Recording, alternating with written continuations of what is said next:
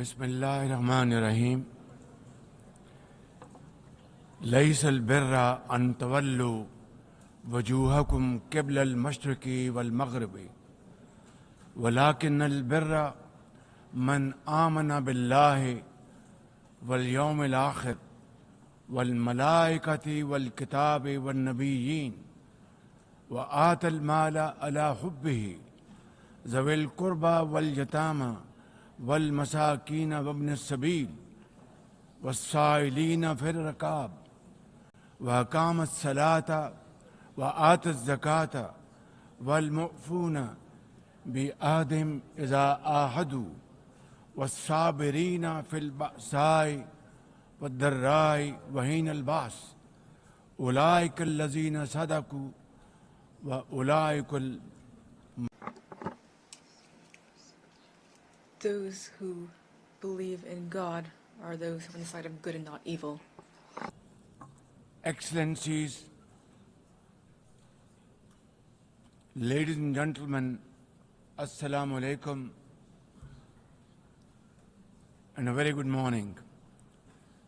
I wish to congratulate Her Excellency Annalena Baerbock on assuming the presidency of the 80th session of the United Nations General Assembly.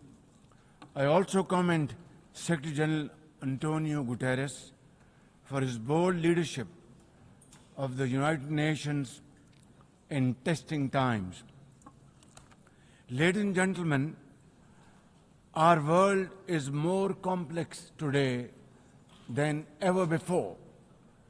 Conflicts are intensifying, international law is being brazenly violated, humanitarian crises are multiplying, terrorism remains a potent threat, disinformation and fake news undermine trust, climate change threatens our very survival, and more so countries like Pakistan. Today, multilateralism is no more an option. It is need of the hour.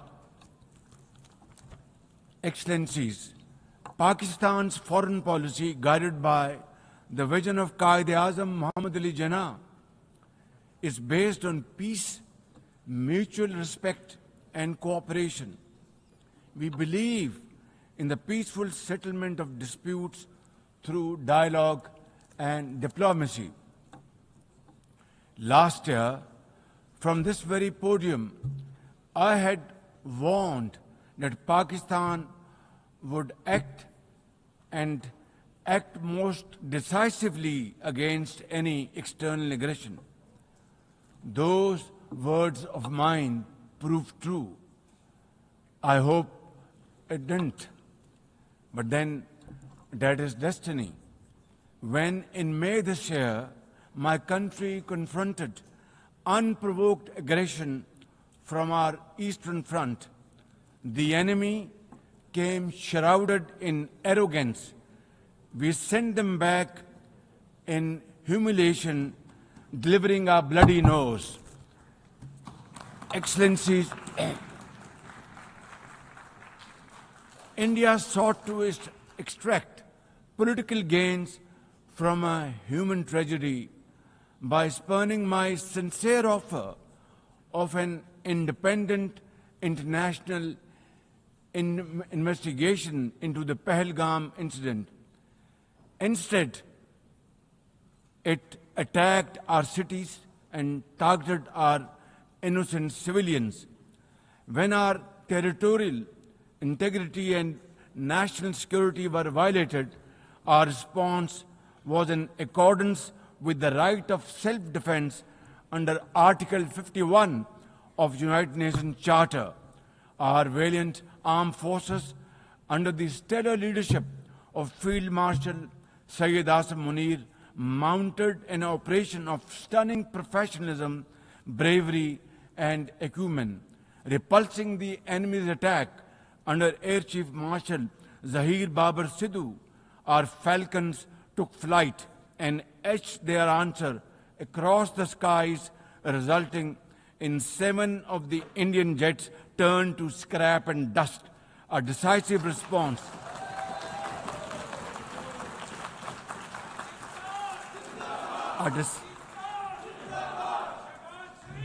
A decisive response to the aggressor that will echo through the annals of history. To the fearless architects of this victory, to every officer and soldier, heirs of our martyrs, their names are forever engraved in glory. To the mothers of our martyrs, their courage guides our path forward, and their sacrifice shall never be in vain, inshallah, God willing. And to every Pakistani, you stood as one unbreakable wall, a bunyanum marsus. Excellencies, though in a position of strength, Pakistan agreed to a ceasefire facilitated by President Donald Trump's bold and visionary leadership. We express our deep appreciation to him and his team for their active role in bringing about the ceasefire. President Trump's efforts for peace helped avert a more threatening war in South Asia. Had he not intervened timely and decisively, the consequences of a full-fledged war would have been catastrophic. Who would have lived to tell what happened?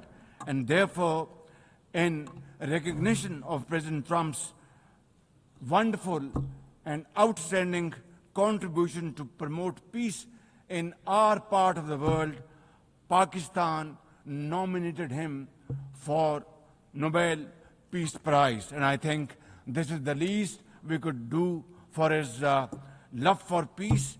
And I think truly he's a man of peace. Ladies and gentlemen, we're also grateful to our friends and partners, including China, Turkey, Saudi Arabia, Qatar, Azerbaijan, Iran, UAE, and of course, UN Secretary General for extending their diplomatic support to Pakistan at this crucial time. Excellencies, we have won the war, and now we seek to win peace in our part of the world.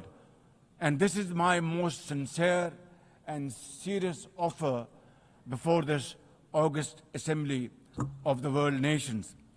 Pakistan stands ready for a composite, comprehensive, and result-oriented dialogue with India on all outstanding issues. South Asia requires, ladies and gentlemen, proactive rather than provocative leadership. India's unilateral and illegal attempt to hold the Indus Water Treaty in abeyance defies the provisions of the treaty itself, as well as the norms of international law. Pakistan has made it abundantly clear, and let there be no doubt once again in anybody's mind, as I said last year in this hall, from this podium, we will definitely and ardently defend, inshallah, the inseparable right of our 240 million people on these waters. To us, any violation of this Indus Treaty represents an act of war. Ladies and gentlemen, through this august House, I wish to assure the Kashmiri people that I stand with them. The people of Pakistan stand with them. And one day soon, inshallah, India's tyranny in Kashmir will come to a grinding halt. Kashmir will gain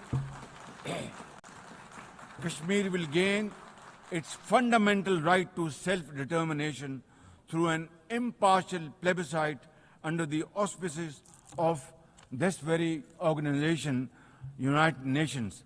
Excellencies, the plight of the Palestinian people is one of the most heart-wrenching tragedies of our times. This prolonged injustice is a stain on the global conscience and our collective moral failure. For nearly 80 years, the Palestinians have courageously endured Israel's brutal occupation of their homeland in the West Bank. Each passing day brings new brutality, illegal settlers who terrorize and kill with impunity, and nobody can challenge them and question them. And in Gaza, Israel's genocidal onslaught has unleashed unspeakable terror upon women and children in a manner we have not witnessed in annals of history. In blind pursuit of its nefarious goals, the Israeli leadership has unleashed a shameful campaign against the innocent Palestinians, which history will always remember as one of its darkest chapters. But speak we must, Madam President, we must speak and speak loud and clear.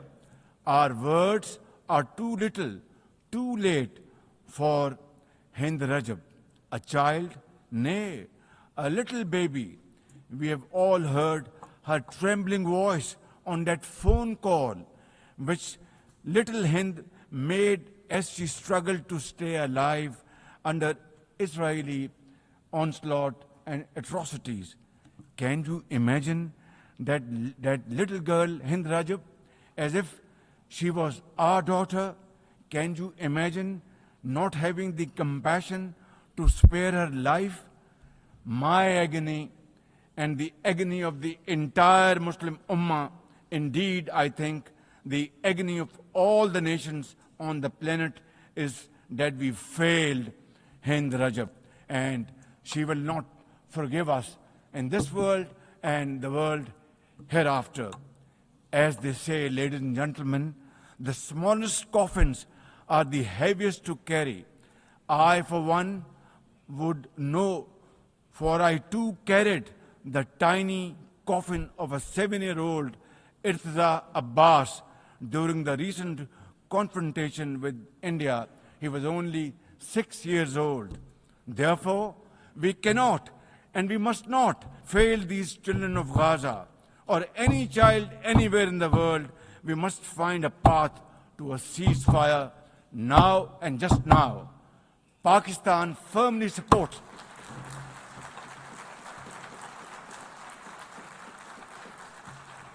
Ladies and gentlemen, Pakistan firmly supports the demand of the Palestinian people for the establishment of a sovereign Palestinian state with pre-1967 borders and Al-Quds Sharif as its capital. Palestine can no longer remain under Israeli shackles. It must be liberated, and liberated with full commitment and with full force.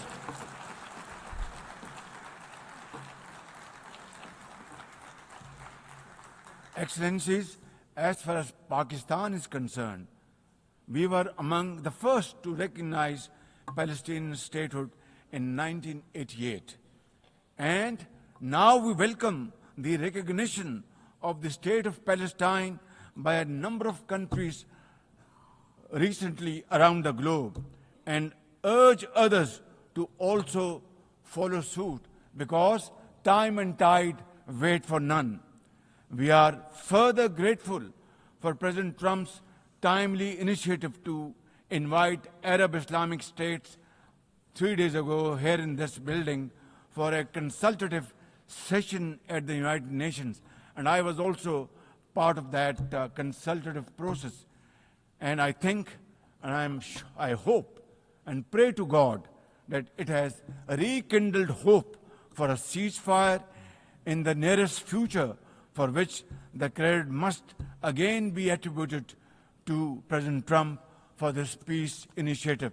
Excellencies, Israel's recent attack on Doha and its continued violations of the sovereignty and territorial integrity of numerous countries is reflective of its rogue behavior. Pakistan stands unwaveringly with our brothers and sisters in Qatar. We also support all efforts for a peaceful resolution of the we also support all efforts for a peaceful resolution of the Ukraine conflict in line with the UN Charter to end human sufferings and global turmoil caused by this protracted war. Madam President, Pakistan condemns terrorism in all its forms and manifestations.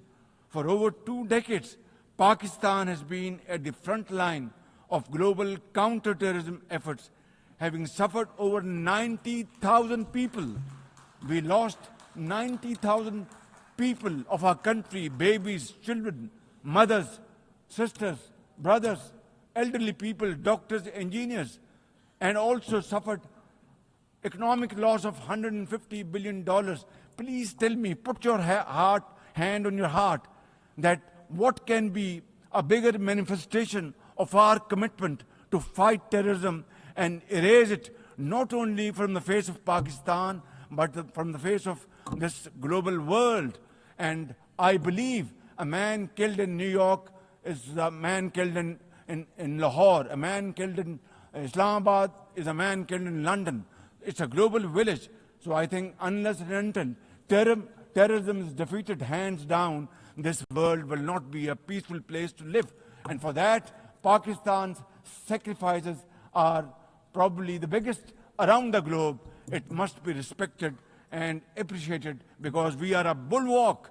Had these terrorists not been encountered by us, they would have been roaming on the streets of New York and London and God knows Far East. So I think this is our humble contribution, not only for the people of Pakistan, but the people all over the world. Today we face externally sponsored terrorism, particularly from foreign-funded groups such as the TTP, Fitna al-Khawarij, Fitna al-Hindustan, BLA, and its Majid Brigade. Operating from Afghan soil, these groups are responsible for some of the most heinous attacks inside Pakistan, including the dastardly Jafar Express train incident earlier this year, the train was hijacked and 400 people were kept for days and weeks. And mercifully, by Allah Almighty's grace, our armed forces and law enforcing agencies were able to recover them. Now, as an immediate neighbor and a brotherly country of Afghanistan, Pakistan has a direct stake in a peaceful Afghanistan. We believe that the key to development and prosperity lies in regional stability and connectivity. Pakistan continues to engage with all partners to extend humanitarian assistance, promote economic recovery, and encourage inclusive political framework in Afghanistan. The interim Afghan government must, however, uphold human rights, including women's rights. Above all, we expect that Afghan interim government to take effective action against terrorist groups and to ensure that Afghan soil is not used for terrorism against any country. Ladies and gentlemen, there must be no space for hate speech, discrimination or violence against any person or against any religion. Hate-driven ideologies such as India's Hindutva-driven extremism pose a danger to the entire world. While there is growing recognition of the dangers posed by Islamophobia, the imperative of effectively combating this menace can hardly be overemphasized. Pakistan welcomes the appointment of a UN Special Envoy to combat this scourge. Ladies and gentlemen, while we are confronted with the climate crisis, it demands the most urgent collective action. In 2022, Pakistan faced massive floods of humongous proportions that caused huge losses amounting to $34 billion and many valuable lives lost. This year again, we are dealing with another mega flood with thousands of villages washed away from the face of the earth, millions of people displaced, more than 1,000 killed, and billions of dollars of crop, livestock, and property washed away, lost to flood waters. Our nation stands united in these testing times, and we are dealing with this natural calamity with remarkable resilience by the grace of God. I have declared a climate emergency to cope with this challenge. The catastrophic floods of 2022 and 2025 this year are glaring examples of loss and damage caused due to climate change. Pakistan, to the contrary, my honorable guests in this hall and through the cameras around the globe, Pakistan contributes less than 1% of global emissions annually, yet it continues to face the relentless brunt and muddy waves of climate change. And then we are told to borrow loans and add on to our debt, huge debt pillars we have over the period of time. This is not fairness. This is not equality. This is not justice. This is not fair play. How can you expect a country which is a developing country facing humongous flood challenges every year due to climate change and no fault of ours, and yet we are told to borrow more loans? I think borrowing loan would be destroying your economy. We will be better off than not borrowing loan and standing on our own feet, working hard, tirelessly, blood and sweat, and we will, inshallah, make Pakistan a great country, inshallah. Ladies and gentlemen, while we deal with climate change, I bear good tidings on the domestic economic front. Socio-economic development and the welfare of our people are among my government's foremost priorities. We have successfully implemented deep-rooted structural macroeconomic reforms, modernized and broadened our taxation system, intensified efforts to mobilize productive investment, and embraced digitization, AI, and crypto as the tools of the future. Strategic partnerships, including our all-weather cooperation with China through the China-Pakistan Economic Corridor under President Xi Jinping's landmark Belt and Road Initiative, are contributors to our progress as I speak.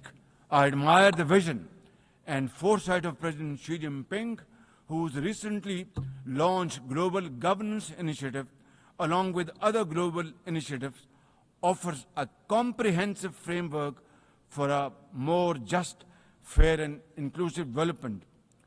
Excellencies, as a non-permanent member of the UN Security Council, Pakistan is playing its constructive role in conflict prevention.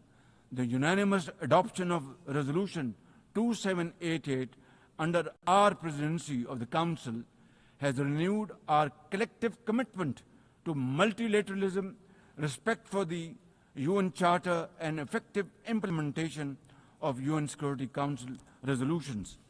Excellencies, at the end, let me assure you that Pakistan will always stand for peace, justice, and development, for a revitalized United Nations, and for cooperative and multilateralism that is fair and inclusive and delivers for all. Therefore, let this 80th anniversary not simply commemorate history.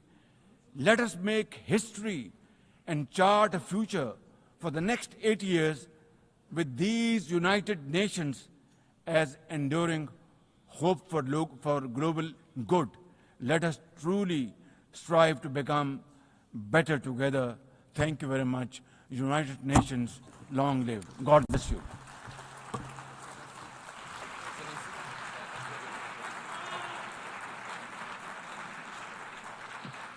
On behalf of the Assembly, I wish to thank the Prime Minister of the Islamic Republic of Pakistan.